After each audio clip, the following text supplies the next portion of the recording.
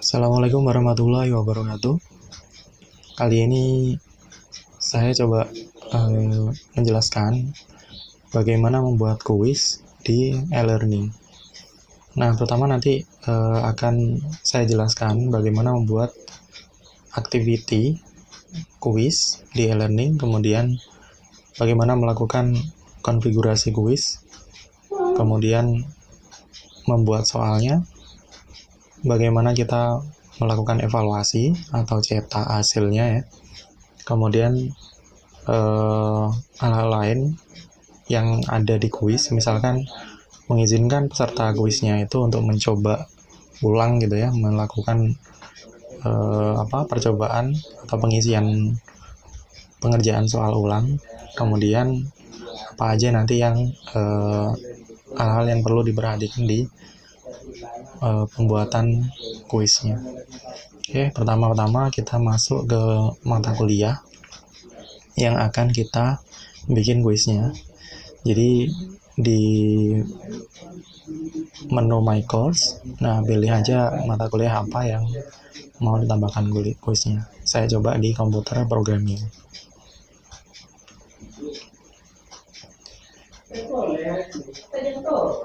Oh ya, jangan lupa ini pada kondisi turn on editingnya on ya. Nah ini kalau awalnya seperti ini harus di turn on editing on-nya diaktifkan.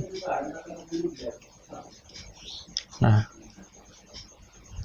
kemudian saya coba tambahkan di bagian bawah. Nah, saya tambahkan di topik 4 ini.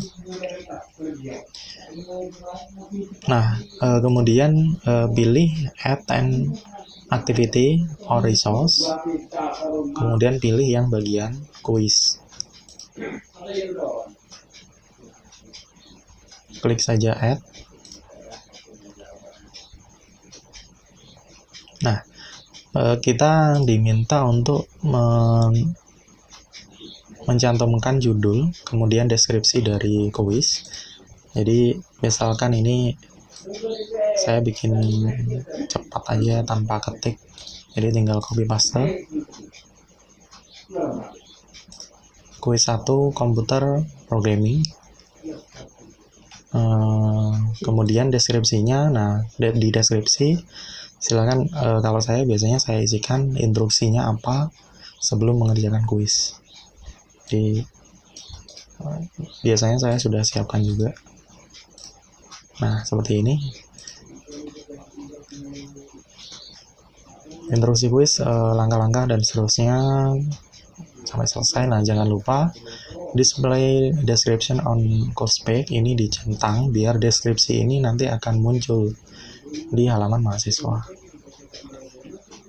Kemudian di timing secara default ini akan terisi pada tanggal kita bikin kuisnya. Jadi ini silahkan di enable jika perlu. Misalkan saya mau bikin kuis ini nanti akan bisa dibuka pada tanggal 20. Nah, sekarang tanggal 18. Ini bisa aja.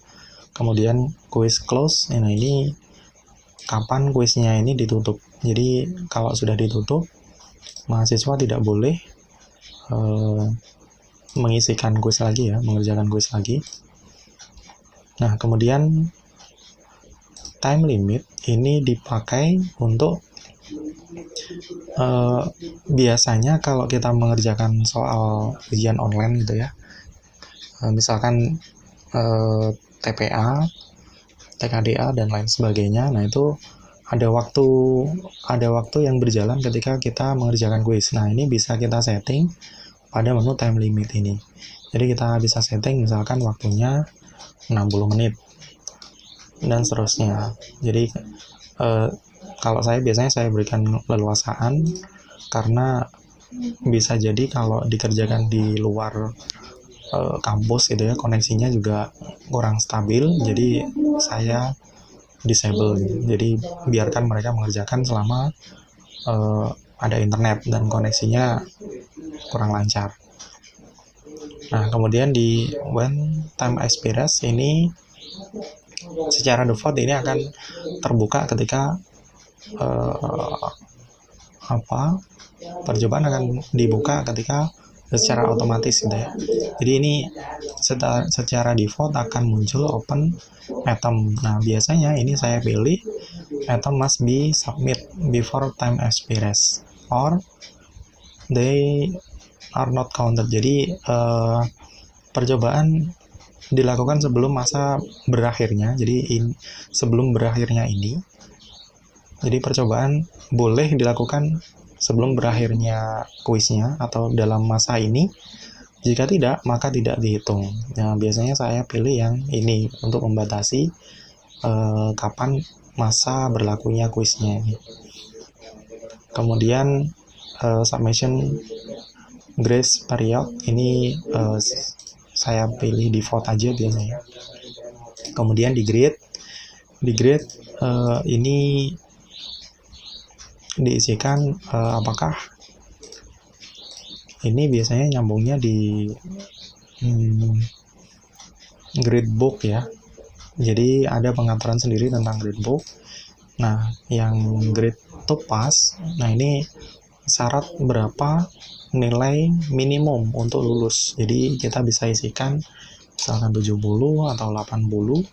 Jadi nilai atau grade ini nanti akan ini ya bedanya kuis dengan kuis dengan penugasan atau assignment itu yang membedakan adalah ketika kita bikin kuis nilainya akan muncul secara otomatis ya ketika kita sudah melakukan atau sudah input mana nilai yang benar mana yang salah kemudian nilainya berapa. Nah, itu nanti akan muncul secara otomatis.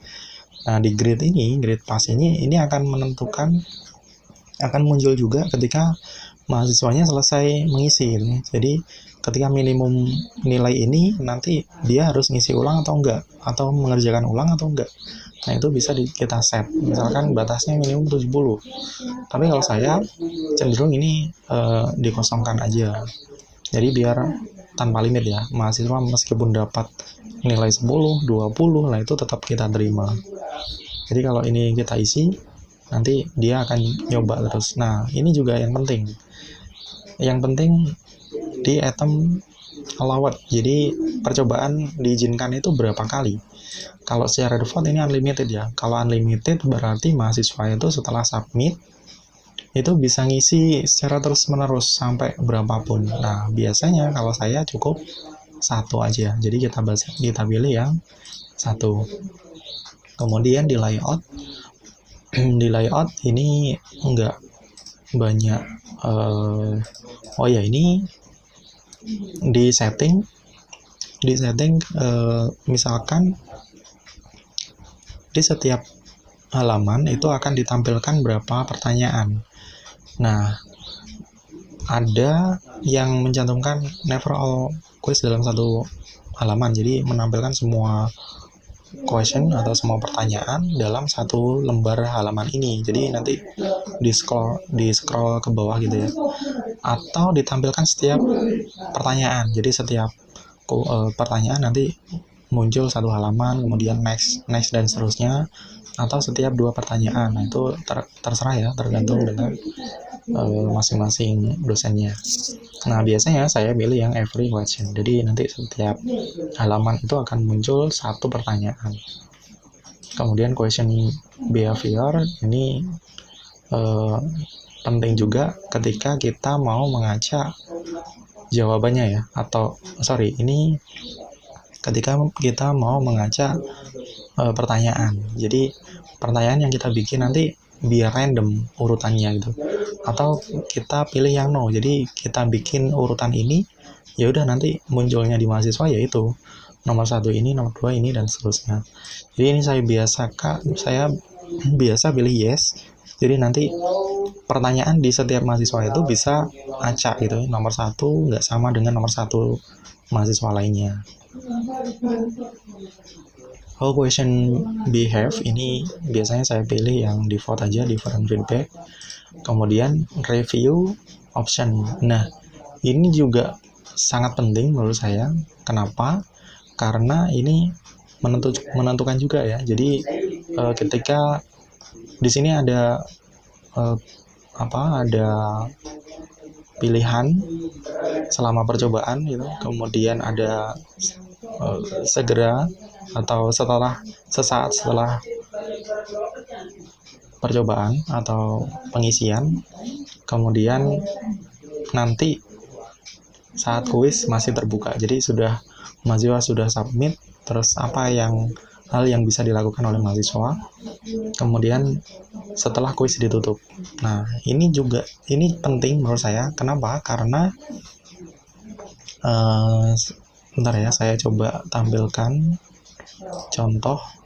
Nah, ini rencana yang kita bikin nanti. Jadi kalau saya cenderung pakai satu question, satu page ya. Jadi satu halaman ini satu soal. Jadi nanti tinggal di next ini. Nah, rencananya ini nanti yang kita bikin. Di sini misalkan ada true false, kemudian ada multiple choice, kemudian ini true false, dan seterusnya ya. Nah, ini nanti yang kita bikin. Balik lagi ya nah, ini review option ini penting menurut saya. Kenapa? Karena ketika ini tercentang secara default, maka tampilan yang muncul di mahasiswa akan seperti ini. Nah, ini ketika mahasiswa selesai mengisi, nanti ini akan muncul ketika ini jawaban mahasiswa operator, ternyata jawabannya salah. Nah, nanti akan muncul reportnya,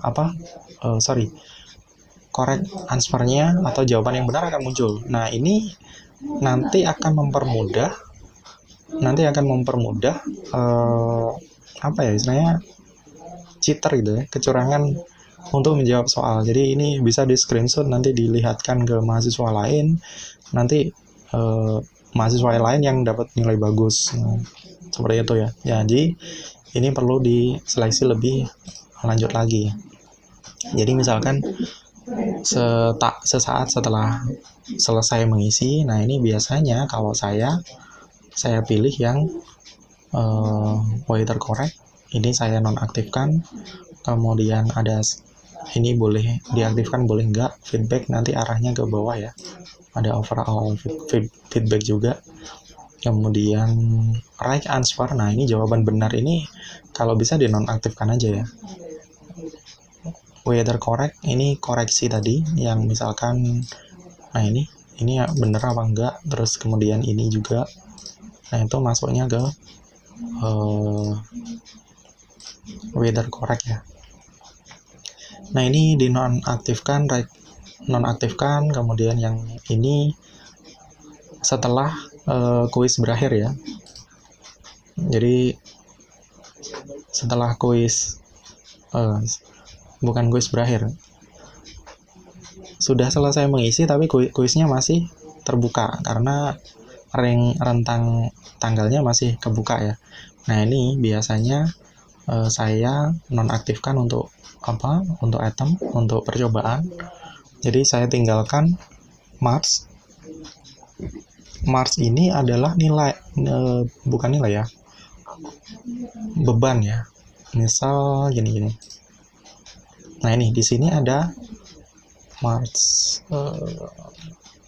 Ini.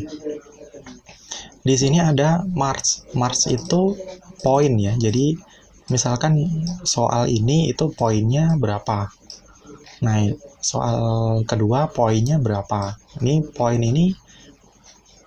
Ada poin maksimal seharusnya. Jadi secara default itu 10. Nah, nanti kita bahas. Nah, March ini poinnya. Jadi biarkan saja ini tercentang, atau mau dihapus juga nggak masalah. Nanti di sini itu nggak ada March. Jadi memunculkan ini aja. Kemudian, nah ini ketika ini tadi saya centangnya saya hilangkan, ini nonaktif ya, disable. Kemudian yang ini juga, jadi after close quiz, nah silahkan ini, karena ini tadi close ya, hanya diizinkan ketika tanggalnya dibuka, berarti ini bisa diaktifkan atau tidak. Kalau saya Setelah quiz ditutup ya udah nggak bisa diaktifkan. Ini Mars-nya biarkan terbuka, overall feedback biarkan. Oke, dari review option ini jadi perhatian sendiri ya. Jadi memang kebanyakan sebenarnya bukan problem, tapi ini untuk menjadi mempermudah mahasiswa untuk melakukan kecurangan tadi.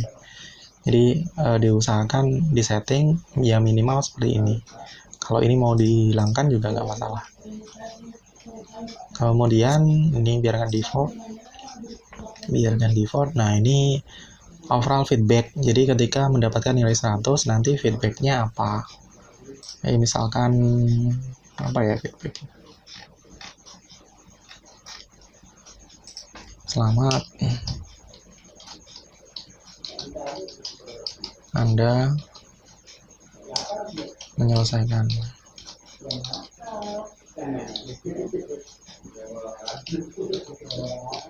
dengan baik. Good job. Nah ini terserah ya mau diisi atau enggak ya, silahkan. Kalau nilainya 0 nanti apa feedbacknya? Misalkan belajar lagi, ditingkatkan dan seterusnya. Ini biarkan default.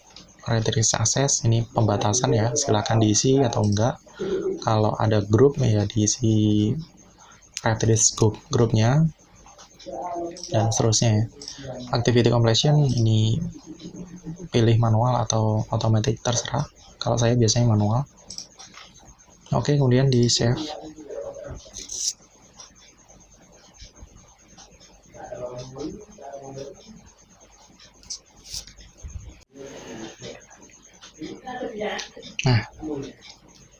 Nah, tadi kita sudah bikin rumahnya ya. Jadi kita sudah bikin rumah kuis, kemudian kita sudah melakukan konfigurasi kuisnya. Nah, sekarang gimana cara membuat soalnya?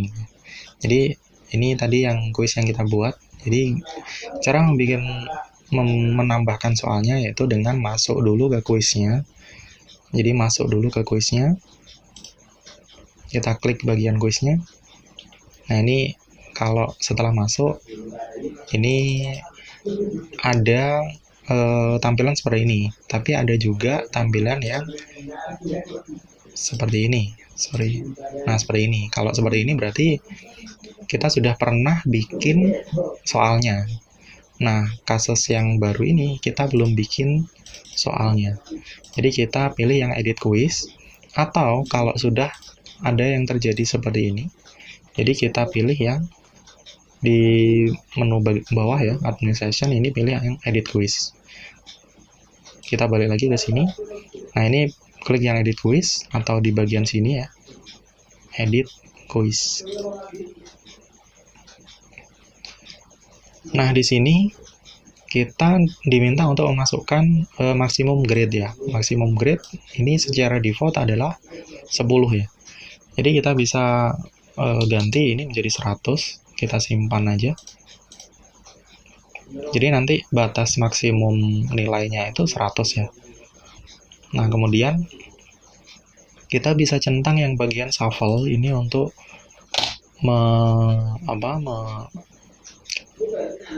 mengacak soalnya ya. Tadi juga ada juga di pengaturan sebelumnya ya, sama aja. Nah, kemudian di sebelah sini ada tombol add. Jadi kita pilih add, kemudian a new question. Jadi kita bisa nambah juga dari bank question ya. Jadi sebelumnya kita bikin dulu bank questionnya di sebelah ini. Jadi di poin administration. Nah, ini kita bikin dulu question di sini, nanti tinggal masukkan di sini bisa. Jadi karena ini baru, jadi saya coba terapkan yang new question. Nah, ini mulai kita bikin soalnya. Kita bikin soalnya. Jadi misalkan pertama saya bikin soal yang true false. Jadi di sini banyak ya, ada multiple choice, ada true and false, kemudian matching, jadi mencocokkan gitu ya. Ada short answer. Nah, hati-hati dengan opsi seperti ini karena ini nggak bisa di-create secara otomatis ya. Jadi bisa di-set otomatis, tapi karena di sistem ini itu tidak bisa mengoreksi mana, kalau IC ya, kalau uraian, mana uraian yang benar, mana yang salah. Jadi hanya bisa menilai ketika ini dijawab atau dikerjakan, ada jawabannya, nah itu dikasih nilai berapa. Jadi seperti itu kalau bentuknya short answer atau IC. Jadi ini nggak bisa nggak bisa mencari pembenaran di jawaban pesertanya ya. Jadi harus dilakukan manual kalau ini. Nah, banyak yang lainnya juga. Nah, saya coba yang true and false. Kemudian pilih add. Nah, di sini kategori ini biarkan saja yang applicant. Kemudian question name. Ini kalau saya biar ringkas saya pilih 1, 2, 3 dan seterusnya gitu ya. Tinggal nanti question text ini diisi dengan pertanyaannya apa. Nah, coba saya isikan. Nah, misalnya seperti ini. Tujuan pokok dan seterusnya. Nah, ini karena true and false, di sini ada correct answer. Nah, correct answer-nya ini kita pilih apakah pernyataan ini itu benar atau salah. Contoh ini misalkan benar ya, misalkan. Nah, kemudian save change.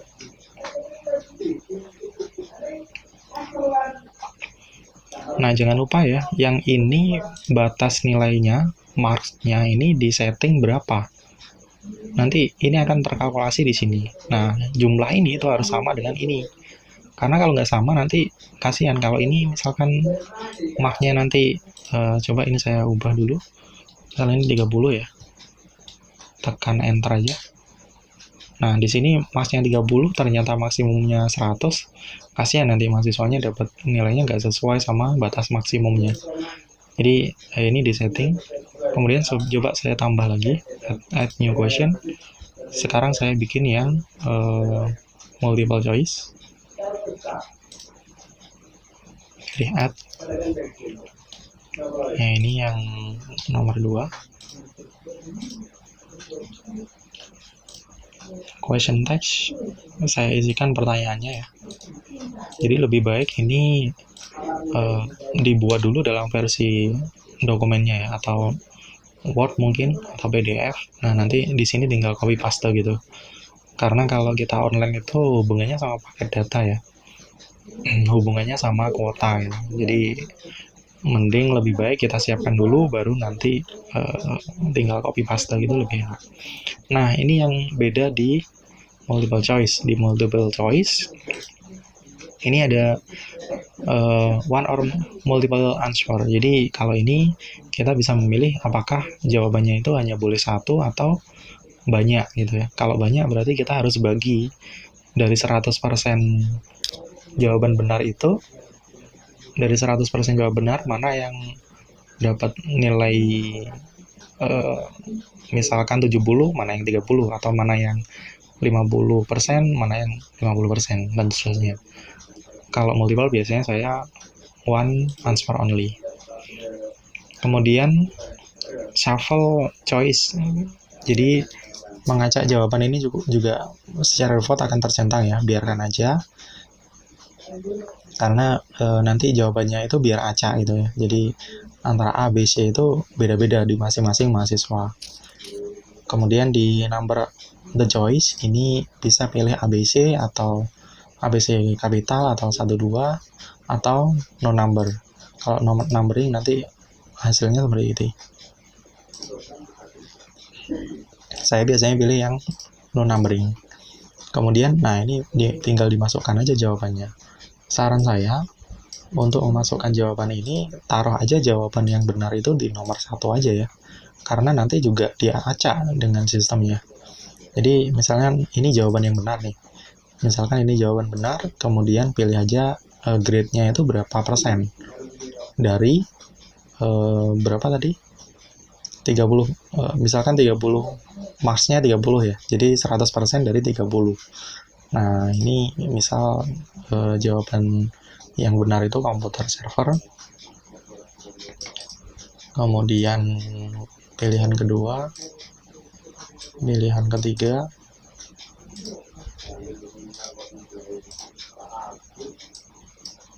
pilihan keempat. Ini kita bisa nambah juga ya sampai ke 5, atau bisa nambah juga blank 3 more. Nah, ini juga bisa kita pilih untuk menambahkan kalau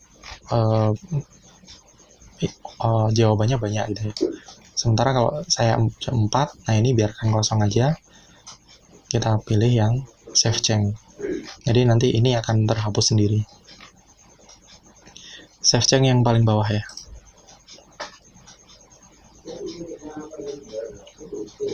Nah, kalau sudah, tetap ya, ini berapa nilainya harus kita setting dulu, kita edit maksimum max. Misal ini 30 juga. Nanti di sini terkalkulasi 60. Oke, saya tambah satu soal lagi yang multiple choice. Tapi ini konsepnya lain ya, coba. Ini yang nomor 3. Ini questionnya. Nah, ini saya coba menggunakan konsep satu jawaban, multiple jawaban, tapi hasilnya 100% semuanya. Kalau kita setting multiple answer, nanti dia harus dibagi. Nilai ini itu nilai ini 50%, ini 50%. Tapi kalau saya, misal saya bikin multiple answer, bukan boleh ya, tapi jawaban yang benar itu ada 2 atau lebih. Nah, saya pilih yang one answer. Kemudian ini no numbering. Nah, ini yang bedanya. Kalau misal yang ini jawabannya benar, saya bikin 100. Kemudian yang ini, yang B, ini jawabannya juga benar, saya bikin 100 juga. Tapi kalau kita pilih yang multiple answer, nanti ini harus dibagi ya. Misal ini 50%, ini juga 50%. Gitu. Jadi kalau saya biasanya one answer aja. Kemudian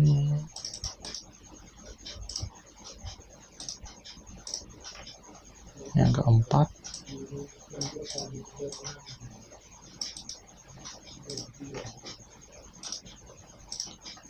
oke, kalau sudah, ini biarkan kosong. Yang kelima, save change.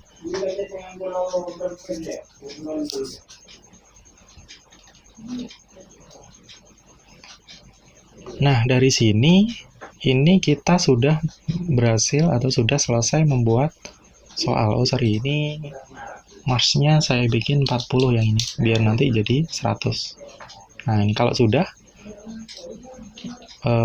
ya, jadi sampai sini kita sudah selesai bikin kuis, dan kuisnya itu sudah bisa dilihat oleh mahasiswa. Nah, gimana cara kita mencoba? Jadi kita buka yang di bagian discourse, kemudian di kuis. Nah, ini ada di topik 4, kemudian kuis 1. Coba saya buka.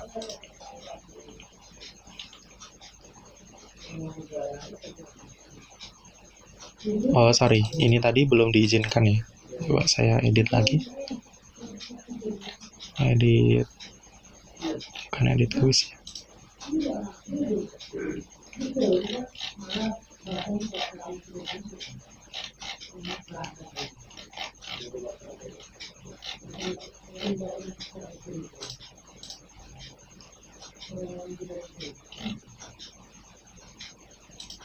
Timingnya saya bikin tanggal 20 tadi. Ini saya bikin tanggal 18 ya sekarang ya. Save. Nah, coba sekarang kita buka kuisnya. Kuis. Kemudian pilih yang topik 4 tadi. Nah, kemudian ya ini. Jadi nanti ini tampilan dari mahasiswanya. Jadi ada item quiz now. Jadi kita bisa nyoba juga ya. Karena kita sebagai pembuat dan sebagai mahasiswa juga.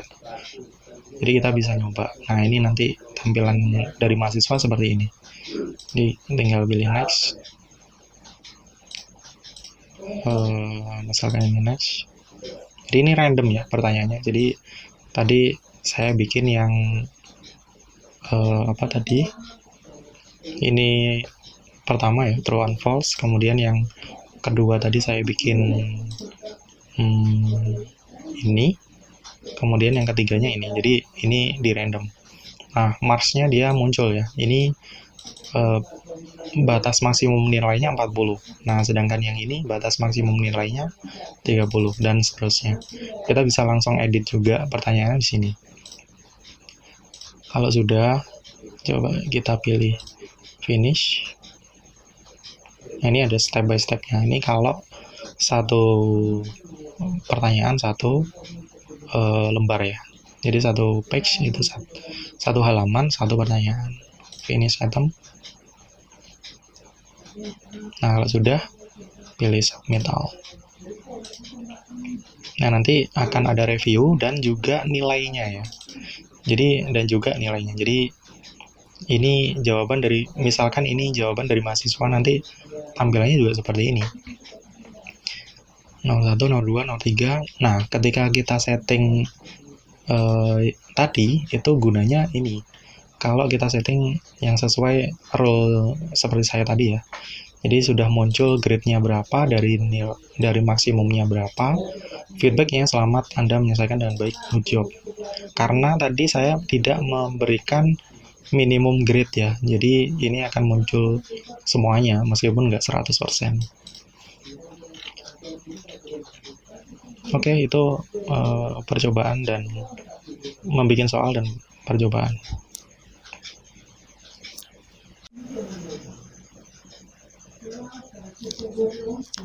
Nah, sebelumnya kita sudah selesai bikin rumah kuis, kemudian bikin soalnya. Nah, gimana sekarang caranya melakukan evaluasi? Atau kita bisa mencetak hasil grade-nya, hasil nilai dari mahasiswa atau peserta kelasnya di mana gitu. Jadi, kita pilih dulu mata kuliahnya. Misalkan komputer programming. Kemudian pilih di menu this course, pilih yang bagian quizzes.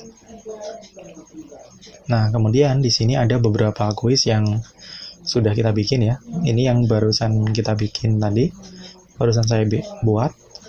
Nah, ini belum ada yang item, belum ada yang melakukan percobaan, jadi masih kosong ya. Nah, sementara kita coba yang di bagian yang sudah ada itemnya. Nah, ini coba saya buka yang ini. Klik bagian itemnya. Di situ ada keterangan 21 tadi ya. Jadi yang sudah menyelesaikan kuis itu ada 21 mahasiswa atau 21 peserta. Nah, di bagian report ini ada beberapa fungsi juga, ada beberapa kegunaan ya. Misalkan di sini ini hanya tampilan aja ya. Secara default seperti ini. Kemudian di bagian bawah ada regrade all. Jadi regrade all ini dipakai kalau kalau tadi kita memperbolehkan mahasiswa itu melakukan percobaan berulang-ulang. Nah, kalau melakukan percobaan berulang-ulang, tadi ada bagian yang menyatakan, kalau nggak salah ya, ada yang bagian menyatakan mengambil nilai yang tertinggi. Seingat saya seperti itu ya. Saya biar memastikan aja.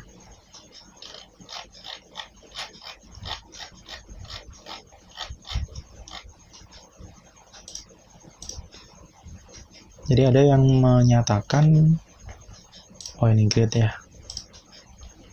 Nah ini, oh ini. Jadi grading method ini akan diambil nilai yang paling tinggi. Nah, ketika kita mengizinkan berulang kali yang di sini tadi, itu akan diambil nilai yang paling tinggi atau rata-rata atau yang pertama kali percobaan terakhir dan sebagainya. Nah, ini kita bisa setting di sini ya. Nah, ketika mahasiswa sudah melakukan berulang-ulang, maka kita pilih yang regrade all. Jadi nanti di bagian ini grade-nya ini akan berubah sesuai dengan aturan yang kita bikin di sini. Jadi berdasarkan rule yang di sini, aturan yang di sini, nanti akan menyesuaikan ini. Tapi karena kita tadi pilih yang ini satu ya, makanya nggak ada yang, jadi pakainya yang highest grade. Jadi ini nggak terlalu diperlukan ya, kalau pilih yang hanya satu submit atau satu atom. Kemudian dry run all full regrade ini hampir mirip ya dengan regrade all, cuma ini berdasarkan checklistnya aja. Kemudian di bagian sini ini ada bagian download. Nah, di bagian download ini kita bisa download di CSV atau Excel ya. Misal kalau Excel saya download, kemudian saya buka. Nah, ini di sini juga kelihatan ya siapa, kemudian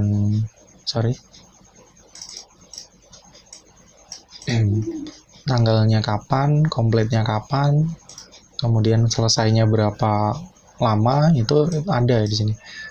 Nah, ini cukup ditanyakan, ini selesai 6 menit, ini aja selesai 4 hari. Nah, dan seterusnya. Ada grade-nya juga, ini bisa kita pakai di beberapa laporan ya nanti. Nah, kemudian kalau saya biasanya cenderung untuk cetak di HTML tabel. Jadi ketika mau nyetak seperti ini, itu saya pilih yang HTML tabel. Jadi kita download, terus kemudian saya buka downloadnya, nanti akan muncul seperti ini. Agak rapi sih. Nah, nanti tinggal kita cetak di print gitu ya, kalau pakai Chrome kita pilih yang di pojok atau Ctrl P gitu ya. Nah, kita tinggal print aja, kita tinggal cetak, atau save to PDF juga bisa. Jadi tinggal save, tentukan lokasinya di mana, di save, udah nanti muncul ya. Kemudian di bagian bawah, nah ini ada nama mahasiswanya yang, jadi enaknya di kuis ini kita nggak perlu melakukan interaksi serius ya. Beda halnya dengan assignment. Kalau assignment kita harus koreksi, kita harus ngasih grade secara manual. Kalau ini sudah otomatis ya dari sistem. Nah, kemudian di bagian bawah ada pilihan regrade select item dan delete select item. Ini digunakan ketika kita mengalami permasalahan seperti ini. Mahasiswa sudah mengisi, nah ternyata ketika koneksinya lambat, kemudian waktunya habis, maka itu dianggap selesai ya. Jadi itu dianggap selesai, sehingga mahasiswanya protes, Pak, tadi saya kondisi internetnya lambat, kemudian saya belum selesai, tapi waktunya sudah habis. Nah, bisa minta tolong di reset kan, Pak? Nah, kalau ada kasus seperti itu kita bisa reset ya. Kita bisa reset dengan cara memilih bagian mahasiswanya di checklistnya ini, kemudian kita delete ya. Jadi kita delete itemnya, atau regrade ini hampir sama dengan ini ya. Jadi kalau di atas ada regrade all, kalau di bawah ada regrade select. Nah, kita delete aja. Kalau mau di reset, sekalian kita delete. Nanti ada opsi yes on or cancel. Pilih yes. Mahasiswa 2 ya tadi. Nah, nanti akan hilang. Nah, nggak ada. Nanti akan hilang. Dan mahasiswa 2 itu, namanya mahasiswa 2 ya, itu akan bisa melakukan item ulang atau melakukan pengisian jawaban ulang. Nah, itu gunanya delete select item ini. Nah, terakhir saya informasikan, jadi ada beberapa hal yang yang jadi perhatian khusus gitu ya. Jadi yang pernah saya alami, nah jadi ketika kita sudah bikin kuis, kemudian saya mau nambah kuisnya, ini nggak bisa. Nah, hal ini ada beberapa kemungkinan, dan yang sering terjadi adalah ini sudah ada yang melakukan item ya, ada yang sudah pernah mengerjakan kuis ini, makanya kita nggak bisa menambahkan soalnya. Jadi kita nggak bisa menambahkan soal kalau sudah ada yang pernah melakukan submit atau pengerjaan. Nah, misal ini di edit quiz. Nah, di ini maksud saya. Jadi kita nggak diizinkan untuk menambah atau menghapus soal karena quiz ini sudah pernah dilakukan item atau diisi ya. Nah, ini ada 25 item. Nah, ini kalau kita hapus ini nggak bisa. Nah, bisanya, misal kita mau tambah, nah ini nggak bisa. Tapi kalau kita mau ubah markup-nya ini masih bisa. Jadi kita ubah mark-nya ini masih bisa. Kita mau edit, nah ini juga masih bisa.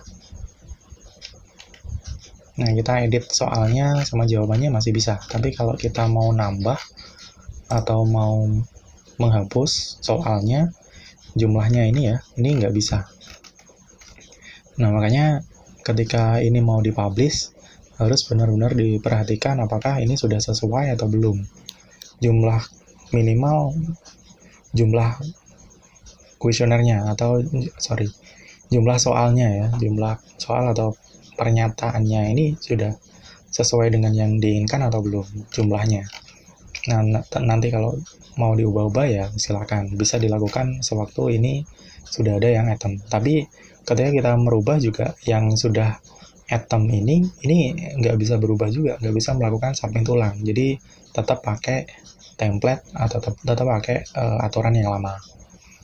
Nah, yang kedua, hal yang perlu diperhatikan adalah ketika kita tadi ya di bagian di bagian edit setting. Nah, ini di bagian review option. Nah, ini cukup penting juga untuk diseleksi ya, mana yang sekiranya perlu, mana yang enggak. Karena kalau dinyetang semua nanti imbasnya akan jadi nanti ketahuan mana jawaban yang benar, mana yang salah. Ini untuk mempermudah yang belum mengerjakan itu. Jadi peserta yang belum mengerjakan nyontoh peserta yang sudah mengerjakan. Oke, itu mungkin dari saya. Semoga bermanfaat. Assalamualaikum warahmatullahi wabarakatuh.